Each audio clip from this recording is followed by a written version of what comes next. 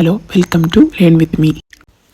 BA second സെമ്മിൻ്റെ Indian constitution and politics എന്നുള്ള പാഠത്തിലെ മൊഡ്യൂൾ 4 ദി സ്റ്റേറ്റ് എക്സിക്യൂട്ടീവ് എന്നുള്ള ചാപ്റ്ററിൻ്റെ പ്രധാനമായിട്ടും എക്സാമിന് വരുന്നുള്ള ചില പോയിന്റ്സുകൾ പ്രധാനമായിട്ട് വരും തോന്നുന്ന ചില പോയിന്റ്സുകൾ ഞാൻ സെൽഫായിട്ട് നോട്ട് തയ്യാറാക്കിയിട്ട് നിങ്ങൾക്ക് സബ്മിറ്റ് ചെയ്യാണ്. അപ്പോൾ എന്തായാലും ഈ വീഡിയോ കണ്ടിട്ട് ഇതിലുള്ള നോട്ട്സും എന്തായാലും നിർബന്ധമായിട്ട് പഠിക്കണം. അപ്പോൾ ഫസ്റ്റ് സ്റ്റേറ്റ് എക്സിക്യൂട്ടീവിനെ പറ്റിയിട്ടാണ് പറയുന്നത്. ദി സ്റ്റേറ്റ് എക്സിക്യൂട്ടീവ് കോൺസ്റ്റിറ്റ്യൂഷനിൽ എവിടെയാണ് പറയുന്നത് എന്ന് വെച്ചാൽ article 153 to 237 in part of the constitution deals the state government.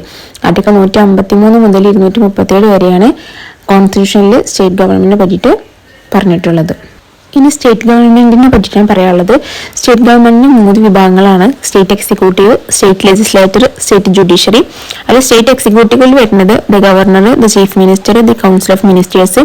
ഈ വീഡിയോയിൽ ഗവർണറിന്റെ ഫംഗ്ഷൻസും കാര്യങ്ങളും ചീഫ് മിനിസ്റ്ററിന്റെ ഫംഗ്ഷൻസും കാര്യങ്ങളൊക്കെ ഷോർട്ട് നോട്ടാക്കിയിട്ട് കൊടുത്തിട്ടുണ്ട്. അതുകൊണ്ട് എല്ലാവരും അത് പഠിക്കുക.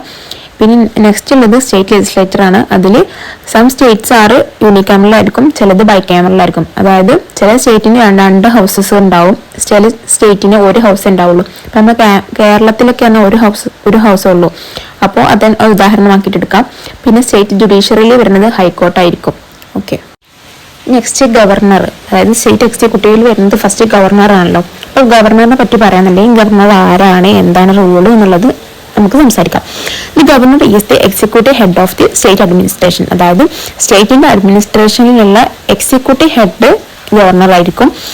Article 151 States that there shall be A governor of each state. അതായത് ആർട്ടിക്കിൾ 153 പറയുന്നുണ്ട് ഓരോ സ്റ്റേറ്റിനും ഗവർണർ വേണമെന്ന് എന്ത് ചെയ്യുന്നുണ്ട്, ആർട്ടിക്കിൾ 153 പറയുന്നുണ്ട്. He's also the representative of the president in the state. അതായത് നമ്മുടെ സ്റ്റേറ്റിന് വേണ്ടിയിട്ട് പ്രസിഡന്റിന് മുന്നിൽ റെപ്രസെന്റേറ്റ് ചെയ്ത് സംസാരിക്കുന്നത് ഗവർണർ ആയിരിക്കും. അതുപോലെ തന്നെ the Rolls of A governor can be summarised as ഗവർണറുടെ റോൾസ് 2 തരത്തിലാണ്. ഒന്ന് constitutional head of the state, second representative of the state. The governor is appointed by the president only on the recommendation of the council of ministers headed by the chief minister. അതായത് ഗവർണറെ appoint ചെയ്യുന്നത് president ആയിരിക്കും. ആരുടെ റെക്കമെൻഡേഷനോട് കൂടിയിട്ട് chief minister അതായത് council of മിനിസ്റ്റേഴ്സിന്റെ head ആയിട്ടുള്ള chief മിനിസ്റ്ററുടെ റെക്കമെൻഡേഷനോട് കൂടിയിട്ടാണ് ഗവർണറെ പ്രസിഡന്റ് അപ്പോയിന്റ് ചെയ്യുക. In reality, the governor acts as the nominal or ritual head of the state, whereas the real executive powers are vested in the hand of the chief minister. അതായത് governor ഒരു സ്റ്റേറ്റിന്റെ ഹെഡായിട്ട് കണക്കാക്കുന്നുണ്ടെങ്കിലും chief മിനിസ്റ്റർക്കാണ് ഒരു real executive power, സ്റ്റേറ്റിന്റെ മേലുള്ള real executive power chief മിനിസ്റ്റർക്കാണ് എന്നാണ് പറയുന്നത്. ഇനി the governor powers and functions, ഗവർണറുടെ പവേഴ്സും ഫംഗ്ഷൻസും ആണ്. ഫസ്റ്റ് എക്സിക്യൂട്ടീവ് പവേഴ്സ് പറയുന്നുണ്ട്, legislative powers, financial powers, judicial powers, miscellaneous powers, discretionary powers. ഈ പവേഴ്സ് ഗവർണറുടെ ഈ പവേഴ്സും ഫംഗ്ഷൻസും എന്തായാലും പഠിച്ചു വെക്കണം. ഈ 6 പവേഴ്സും ഷോർട്ട് നോട്ടാക്കിയിട്ട് ഈ വീഡിയോയിൽ പറയുന്നുണ്ട്. സോ എല്ലാവരും നിർബന്ധമായിട്ടും പഠിക്കണം. ഇനി എക്സിക്യൂട്ടീവ് പവേഴ്സിന്റെ കാര്യങ്ങൾ പറയാന്നുണ്ടെങ്കിൽ ആർട്ടിക്കിൾ 154 അദ്ദേഹത്തിന്റെ എക്സിക്യൂട്ടീവ്, അതായത് ഗവർണറുടെ എക്സിക്യൂട്ടീവ് കാര്യങ്ങൾ ഡീൽ ചെയ്യുന്നത്. Main executive functions of the governor includes first one, all the executive actions of the state is formally taken in his name. സ്റ്റേറ്റിന്റെ എല്ലാ എക്സിക്യൂട്ടീവ് ആക്ഷൻസും അദ്ദേഹത്തിന്റെ പേരിലായിരിക്കും ഉണ്ടാവുക. ഗവർണർ അപ്പോയിന്റ്സ് ചീഫ് മിനിസ്റ്ററിനെയും അതുപോലെ തന്നെ ബാക്കിയുള്ള മിനിസ്റ്റേഴ്സിനൊക്കെ ഗവർണർ ആയിരിക്കും അപ്പോയിന്റ്. അതുപോലെ തന്നെ മേജർ ആയിട്ടുള്ള എല്ലാ അപ്പോയിൻമെന്റ്സും സ്റ്റേറ്റിന്റെ എല്ലാ അപ്പോയിൻമെന്റ്സും ഒന്നല്ലെങ്കിൽ അദ്ദേഹത്തിന്റെ പേരിലോ അല്ലെങ്കിൽ അദ്ദേഹമായിരിക്കും നടപ്പിലാക്കുക. On A return letter he can recommend presidential rule in the state. ഒരു റിട്ടേൺ ലെറ്റർ വെച്ചിട്ട് അദ്ദേഹത്തിന് എന്ത് ചെയ്യാൻ പറ്റും, പ്രസിഡന്റ് റൂൾ സ്റ്റേറ്റിൽ കൊണ്ടുവരാൻ പറ്റും. He can seek any information related to the administration of the state from the chief minister. Chief മിനിസ്റ്ററിന്റെ കയ്യിൽ നിന്ന് സ്റ്റേറ്റിന്റെ എല്ലാ അഡ്മിനിസ്ട്രേഷൻ ലെവലിലുള്ള എല്ലാ ഇൻഫർമേഷൻസും ഇദ്ദേഹത്തിന് എന്ത് ചെയ്യാൻ പറ്റും, അന്വേഷിക്കാൻ പറ്റും. ഓക്കെ, ഇത്രയും 5 കാര്യങ്ങളാണ് എക്സിക്യൂട്ടീവ് പവേഴ്സ്. നിർബന്ധമായിട്ടും എക്സിക്യൂട്ടീവ് പവേഴ്സ് പഠിച്ചിരിക്കണം. ഇത് മെയിൻ പോയിന്റ്സുകളാണ് ഞാനിതിൽ കൊടുത്തിട്ടുള്ളത്. ഇനി ഗവർണറിന്റെ ലെജിസ്ലേറ്റീവ് പവേഴ്സ് എന്തൊക്കെയെന്ന് നോക്കിയാൽ, governor has the right to summon or provoke the state legislator. State ലെജിസ്ലേറ്ററിനെ സമോൺ ചെയ്യാനും പ്രോവോക്ക് ചെയ്യാനും ഒക്കെ ഉള്ള റൈറ്റ് ഗവർണർക്കാണ് ഉള്ളത്. Governor can address the state legislator jointly or separately at the commencement of the first session of the each year. അതായത് വർഷത്തിന്റെ തുടക്കാരംഭത്തിൽ ലെജിസ്ലേറ്ററിന് ഒരുമിച്ച് കൂടുമല്ലോ, അത് ഒന്നല്ലെങ്കിൽ എല്ലാവരും ഒരുമിച്ചിട്ടോ അതല്ലെങ്കിൽ ഒറ്റക്കായിട്ടോ അഡ്രസ് ചെയ്യാനുള്ള റൈറ്റും അതല്ലെങ്കിൽ അത് ചെയ്യലൊക്കെ ഗവർണർ ആയിരിക്കും. ഈ nominates 1/6 of the members of the state legislative council. State legislative കൗൺസിലേക്ക് 1% മെമ്പേഴ്സിനെയും നോമിനേറ്റ് ചെയ്യുന്നത് ഗവർണർ ആയിരിക്കും. നെക്സ്റ്റ് അദ്ദേഹത്തിന്റെ ഫിനാൻഷ്യൽ പവേഴ്സ് ആണ്. ഗവർണറുടെ ഫിനാൻഷ്യൽ പവേഴ്സ് ആണ്.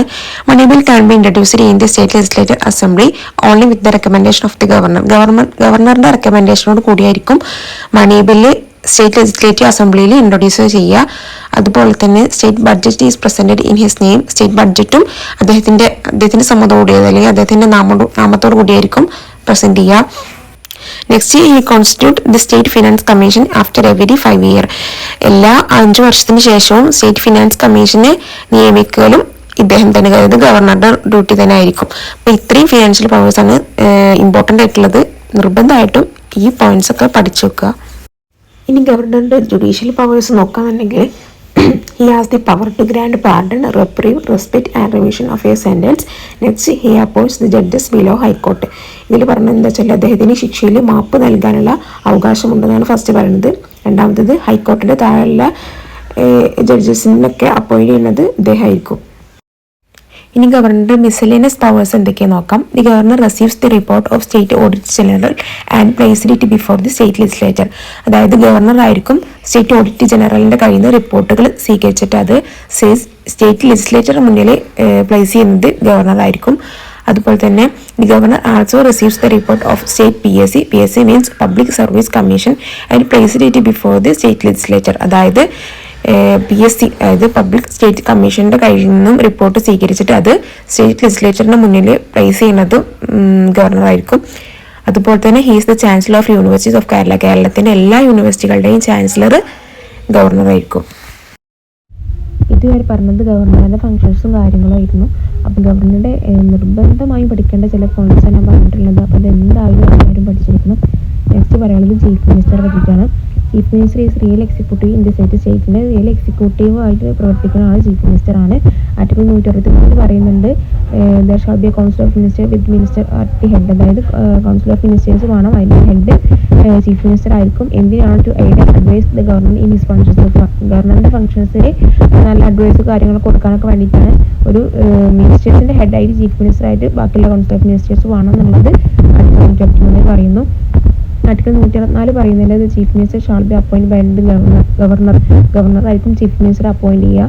And other ministers shall be appoint by the governor. മറ്റു മിനിസ്റ്റേഴ്സിനെയും ഗവർണർ ആയിരിക്കും അപ്പോയിന്റ് ചെയ്യുക. പക്ഷേ on the advise of the chief minister advise പ്രകാരമായിരിക്കും ബാക്കിയുള്ള മിനിസ്റ്റേഴ്സിനെയും ഗവർണർ അപ്പോയിന്റ് ചെയ്യുക. അതായത് ചീഫ് മിനിസ്റ്റർ ഒരു അഡ്വൈസ്, ഒരു ഉപദേശം ഓക്കെ, അതാണ് ആർട്ടിക്കിൾ 164 പറയുന്നത്. ഇതാണ് ചീഫ് മിനിസ്റ്ററെ പറ്റിയിട്ട്. നെക്സ്റ്റ് ചീഫ് മിനിസ്റ്ററുടെ ഫംഗ്ഷൻസ് ആയിരിക്കും. Powers and functions of chief minister powers and functions ആണ് താഴെ കൊടുത്തിട്ടുള്ളത്. Constitutional duties, formation of council of ministers, head of the council of ministers, coordination of policies, power to make important appointments, head the various boards and commissions, presides over the meeting of the cabinet. ഇതൊക്കെ കുറേയൊക്കെ കാര്യങ്ങൾ നമ്മുടെ പറഞ്ഞ കാര്യങ്ങൾ തന്നെയാണ്. Chief minister powers functions എന്തെങ്കിലും detail ആയിട്ട് കൊടുത്തിട്ടില്ല, ഗവർണറിൻ്റെതാണ് കൊടുത്തിട്ടുള്ളത്. നിങ്ങൾ എന്തായാലും പഠിക്കണം. ചീഫ് മിനിസ്റ്ററിൻ്റെ ഏകദേശം പ്രൈം മിനിസ്റ്ററിൻ്റെ ഒക്കെ ഏകദേശം സെയിം ആയിരിക്കും. പ്രൈം മിനിസ്റ്ററിൻ്റെതൊക്കെ ഇനി ഞാൻ അപ്ലോഡ് ചെയ്യും. അപ്പോൾ ഈ ക്ലാസ്സൊക്കെ കേൾക്കുക, മനസ്സിലാക്കുക. എന്തെങ്കിലും ഡൗട്ട്സ് ഉണ്ടെങ്കിൽ കമൻറ്റ് ചെയ്യുക. Okay, thank you. Hope you are understanding. Thank you very much. എന്തെങ്കിലും സംശയങ്ങളുണ്ടെങ്കിൽ കമൻറ്റ് ചെയ്യുക, സബ്സ്ക്രൈബ് ചെയ്യുക, ലൈക്ക് ചെയ്യുക, ഷെയർ ചെയ്യുക.